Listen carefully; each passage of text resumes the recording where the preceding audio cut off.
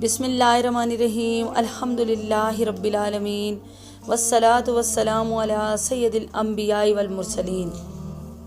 मेरे प्यारे भाइयों और बहनों, आज हम एक नहायत बाबरकत और ईमान अफरोज़ हदीस मुबारक सुनेंगे जिसमें नबी करीम सल्लल्लाहु अलैहि वसल्लम का एक ऐसा अमल बयान हुआ है जो हमारे लिए हदायत और सबक से भरा हुआ है।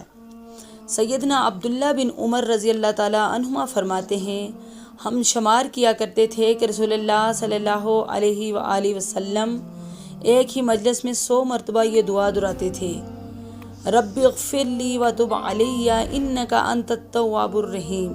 सुनन अबू दाऊद हदीस नंबर 1516।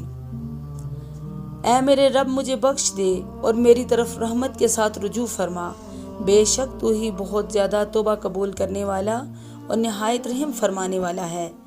मेरे प्यारे भाइयों और बहनों, सोचिए कि दुआ किसकी ज़बान पर जारी है।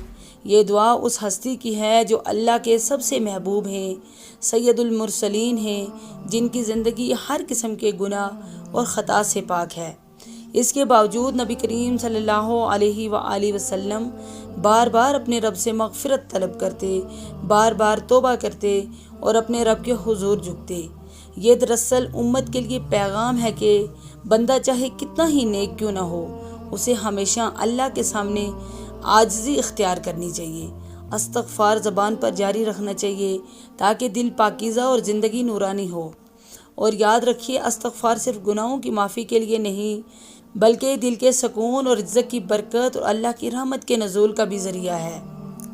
हमारे नबी सल्लल्लाहु अलैहि वसल्लम जो मासूम और महबूब रब्बुल आलमीन हैं, एक ही मजलिस में 100 मरतबा ये दुआ दुहराते थे, तो हमें कितना ज़्यादा इस दुआ को अपनी ज़िंदगी का हिस्सा बनाना चाहिए।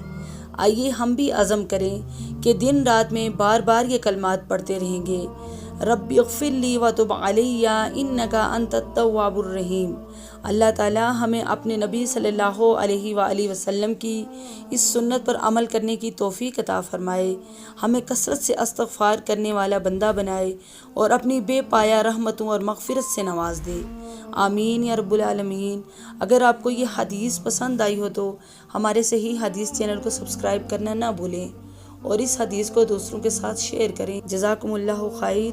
वस्सलामु अलैकुम व रहमतुल्लाहि व बरकातुहू।